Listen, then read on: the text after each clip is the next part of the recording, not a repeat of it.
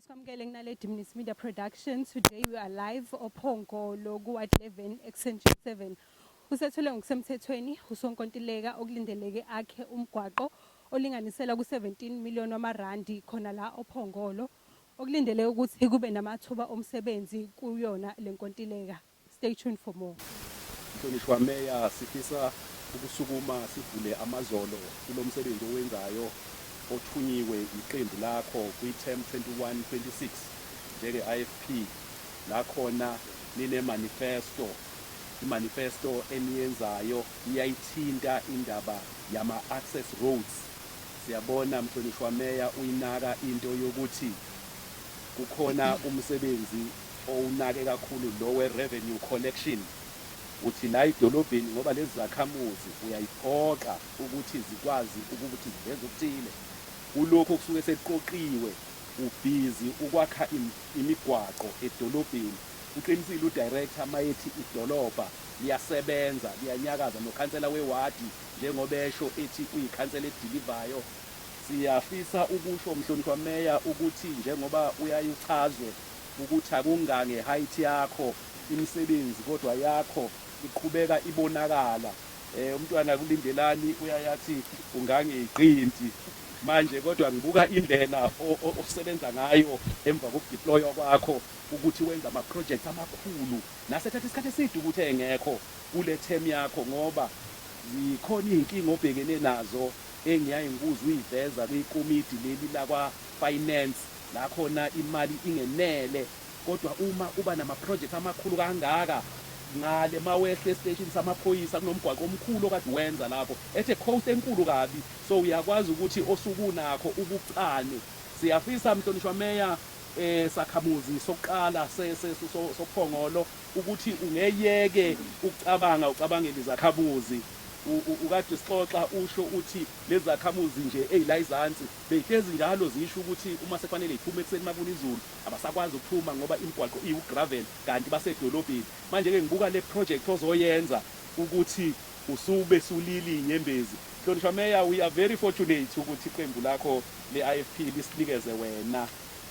Awukwenzi ngoba ukhankasela ukhetho lukude kabi ukhetho uyadeliver uzama ukulandela imanifesto yakho nanemisebenzi vele onikezwe yona eyenziwa yilocal ukuthi ku-local kuyayegxile kuyo imigwaqo ifakwe njengoba ifakwa namathuba emisebenzi kazodaleka. Mhlonishwa Meya, siyafisa ukuthi uthathe ithuba ukhulume nathi nemedia nabo bonke abakhona la kuhlaba lelisoyila lomsebenzi ongaka sengathi nje impela mhlonishwa Meya ungephele amandla uqhubeke ube neyikhwepha njengoba uneyikhwepha mnyamandla.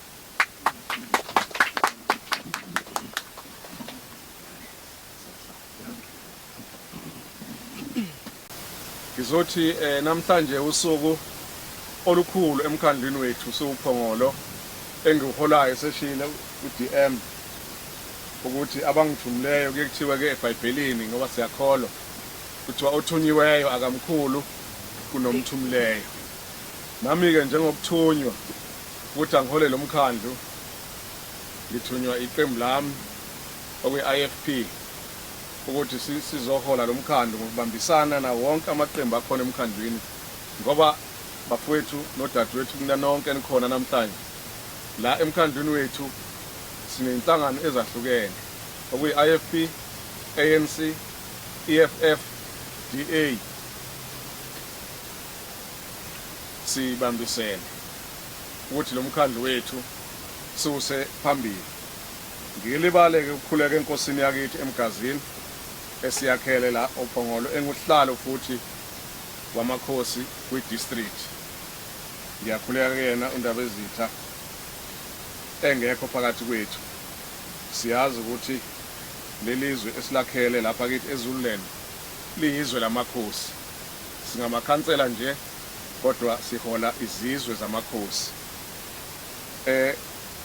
Sengishilo bafowethu ukuthi namhlanje usuku olukhulu la khona esilethe khona intuthuko kubantu bakithi kakhulukazi la kuWard 11 Extension 7. Sizothi ke mphakathi wakithi ukukhala kwenu kuzwakele.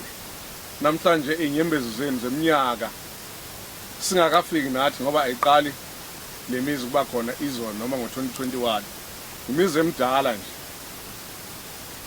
la emkhandleni wakithi oPhongolo akade lokhu ikhale njalo okade behola phambilini, kodwa ke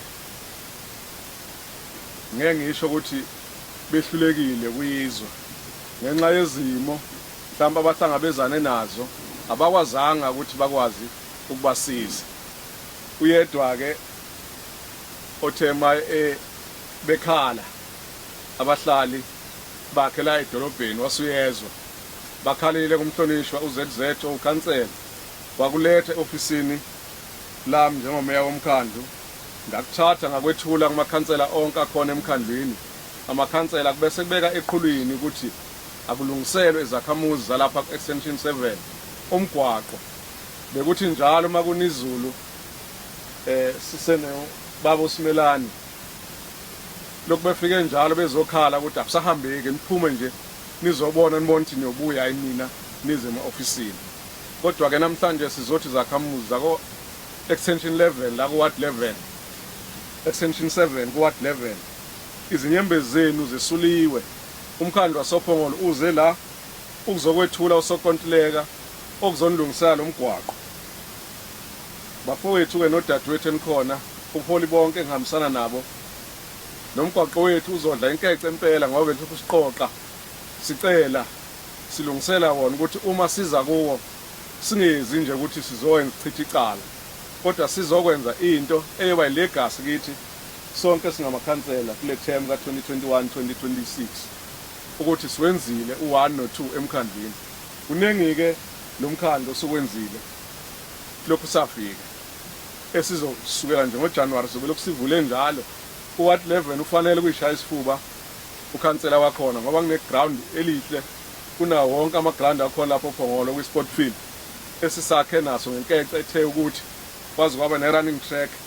Abanye abangenawo la uPhongolo, amanye abahlonishwa kwamanye amawadi, kodwa yena uhlukile. Yingakho-ke sithi zakhamuzi zasedolobheni siyazi ukuthi inkece esi-operator ngayo noma esilekelela ngayo ukwenza imisebenzi, yibona abanye abasilekelelayo ukuthi umkhandlu wethu uthuthukele phambili. Singelibaleke ukuthi uma sesihlonzile la kufanele senze khona okuhle bese siyabakhohlwa bona noma sihlonza abanye. Nomgwaqo-ke uzodla inkece elinganisela ku-17 million, okusho ukuthi lo mgwaqo usesimeni esihle impela, uyitiyela njengoba kunje nibona sila ugravel mabehamba abahlali ungathi bahamba nje le emakhala ngihlala khona kwaLibisi mangibheka le sidakeni ngoba ngiyengishumisa uthuli. Kodwa ke sifuna ukuthi kushintsheke kusukela namhlanje ngoba sizokwethula usokontileka somkhandlu wasoPhongolo ukuthi abazizwe bengabahlali abahlala edolobheni kungesiwo wodwa. Lokhu siqale njalo ngentuthuko sihambise kwizakhamuzi zakithi kuwo wonke amawadi khona la ku-ward 7 nje impela sihleli sagxila edolobheni. Kunomgwaqo nje manje futhi engizokwethula usokontileka khona lapha kithi umgwaqo obizwa ukuthi uLucas Meyer, nawo sizofana ukuthi siwuqala phansi ngoba usumoshwe ngama-potholes. Nawo sizogegebula soqale phansi ulungisele itiyela futhi sulungise ukuthi i-resurfacing ibe muhle kube sesimeni mabehamba beya e-ofisini kamasipala abahlali beyokhokha ama-rates bazizwe ukuthi cha vele sifanele ojuthi uma engakhokhanga ezizwe enecala ukuthi yini into engangivimba ukuthi ngiyokhokha ngihamba emgwaqeni onje nginogesi nginamanzi ahlanzekile okwami ngihlala edolobheni ehlanzekile kuwukuthi nje noma eli-clean kuwukuthi nje vele ngifanele ukuthi ngiyobonga mabe umasipala uthi hamba sandla nami ngithi buya sandla. Bafowethu nodadewethu ngivumeleni ukuthi la mina ngethule usokontileka wethu ubaba uNxele weMbongu Dynamics okungiyena ozosilungisela lo mgwaqo.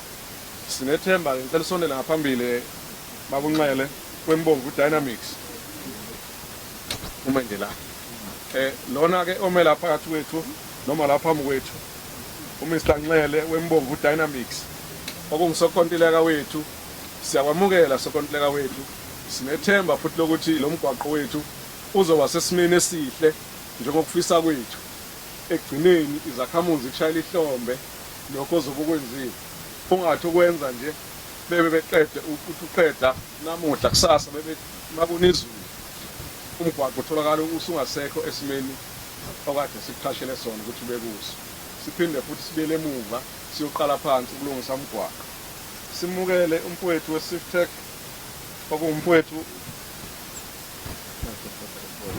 uNdlela Msompisi uNdlethe Msindazo baba Msindazo ngaxabanisa lezozi lakho mfowethu ubaba Msindazwe uyena consultant kule project yethu nguyena kozosibukela ukuthi lokho kwenziwa uMomu uManqele wembongo Dynamics wenza kahle yini ngoba thina okwethu ukukhuluma nje kosopolitiki bese ke bona njengabantu esibaqashayo usibonele ukuthi umsebenzi wenzeka kahle yini. Nethemba ke Msindazo ukuthi umsebenzi wakho uzoba muhle nje basikwethembile njengomkhandlu wasoBhongolo ukuthi lokho enizokwenza la kube sesimini sengathi ke ningasebenza kahle nezakhamuzi nabahlali nje bakhona la oBhongolo niziphathe kahle kwanina phakathi kwabo nabo futhi baniphathe kahle banhloniphe ngabikho okunilahlekelayo esayithini yenu ukuze nikwazi uqhuba umsebenzi ningaqhamuki senizocela selapha kubaba uSimilane iVO umsebenzi ungasapheli bese nicela ukuthi asengezeleni nakho yasesishoda isizathu yini na ukuthi ngoba kusilahlekele lokho sitshontshelwe asikwazanga saphinde saqala phansi sathenga siyoncenca ke nokhansela wethu la ku Ward 11 umhlonishwa uButhelezi ukuthi asilekelele ngokukhuluma nabahlali bakhe ukuthi uma sizokwethula iproject uma isikhona isite abayigcine phela isesimeni bazi bahambe osokonhleka bethu bangalahlekelwa ngalutho ngoba intuthuko lesilethe emphakathini izothuthukisa wona umphakathi ingeyabo manje into yakho awukwazi ukuzitshontshela wena entweni yakho ngeke nje mthiya uphume ekhaya ekseni utshontshe inkomo esibayeni uyinyonyobise ukuthi bangakuboni kodwa inkomo ingeyakho uzofana nokuthi uyisula manje ke nabo kabahlali bethu siyolungisa ukuthi maba akube yibo amaphoyisa ethe qasha usokonhleka eqasha iphoyisa elizobheka impahla le ezobe ilethile kodwa umphakathi ulekelela kakhulu ekutheni nawo ingxenye yamaphoyisa. Sikwamukele Dlokovu mfowethu usukhona sihlalo wami uMPEC ngiqeda ukusho la ukuthi lo mkhandlu lo osebenza kangaka usuku nosuku uyikhandla ngabahlali basoBhongolo uletha intuthuko ningoba ubambisene awubuka ukuthi mina ngwe-IFP mina ngwe-ANC mina ngwe-NFP kodwa mase sikhulumeni sinempokophelo ukuthi sithuthukise izakhamuzi zasoBhongolo hlangana ngamakhanda sonke siphume nezwe elilodwa ngoba sahlangana ukuthi lo mgwaqo la extension 7 awusesimini abahlali bakhona bazizwe bangabahlali basedolobheni ungafani idolobha ngale kimi emakhaya kwalisi lo ngeke ngibe mude ngiyomnika usokontileka ukuthi abe nezwe amathuba ke emsebenzi azovela cishe ngiyethemba ukuthi ngomkhulu balomsebenzi umsebenzi uzothatha u12 months amathuba omsebenzi esokontileka ngiyacabanga ukuthi izingane zethu nobhuti bethu nodadewethu mhlambe bayofika 20 mangicelela nje abayocosha lamathuba omsebenzi ukuthi kube khona abakwenzayo okuyintuthuko njalo emphakathini ukunciphisa ukukhombisa ukuthi lo mkhandlu esikuwona abahlonishwa uyabanakekela abantu uyafisa futhi ukuthi basebenze siyazi ukuthi kunzima emphakathini wakithi izwe lonke lase South Africa iKZN yonke amathuba omsebenzi mancane kodwa ke nopresident ukwamemezela ukuthi hayi uyazama president wethu ubaba uRamaphosa ukewazama ukuthi simzwile ekhuluma ukuthi unesifiso sokuthi amathuba omsebenzi akwazi ukuthi awandise ukuze zakhamuzi zakhe zalapha kithi eNingizimu Afrika zikwazi ukuxosha amathuba omsebenzi kanjalo ke nami njengopresident oBhongolo nesifiso sokuthi abahlali bethu bakwazi ukuxosha amathuba omsebenzi nami ukuhambisana nopremier wethu lapha eKZN ubaba uMphemba naye futhi naye ukuwo lo mkhankaso ukuthi abahlali balapha eKZN abakwazi ukuxosha amathuba omsebenzi ngalawo mazwi acisha abengangama ngifuna ke bona bese made kakhulu kunami ngiyobonga kakhulu ithuba lokuthi ngiphume ngothilweni bahlonishwa kanjalo nabezenzi zonke zemedia ukuba khona namhlanje ukuzosilekelela ukwazisa izakhamuzi lapha kithi oBhongolo ukuthi yini ngempela umkhandlu okwenzayo bangathali umkhandlu uthule nje awenzi lutho vele ke mawungenalo ulwazi ngiyokhuluma okurong ngomkhandlu wakho kanti kufanele ukukhuluma okuhle ngokwenzayo sithi isizulu akho soka lingenasici kukhona okuhle okwenzayo kukhona futhi okunye okuxhophayo kodwa ngelinye ilanga bakuphephethe abafowenu bese kuyaphuma lokho okuxhophile ugcine sewubona ngawomabili ukuthi nalapha kuyafanele ukuthi ngenze okufanele emkhandlini wami wasophongolo. Ngithokoze kakhulu umphathi wehlelo.